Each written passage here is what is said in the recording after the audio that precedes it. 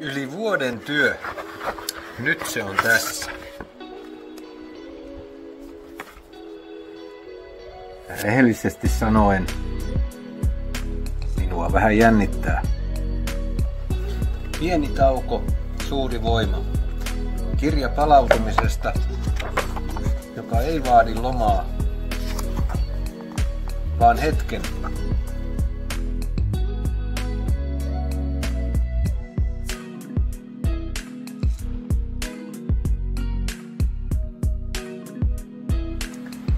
Jos kaipaat vähemmän uupumusta, enemmän energiaa ja parempaa keskittymistä, niin tämä on kirja, jonka haluat lukea ja ottaa osaksi tiimisi työhyvinvointityötä.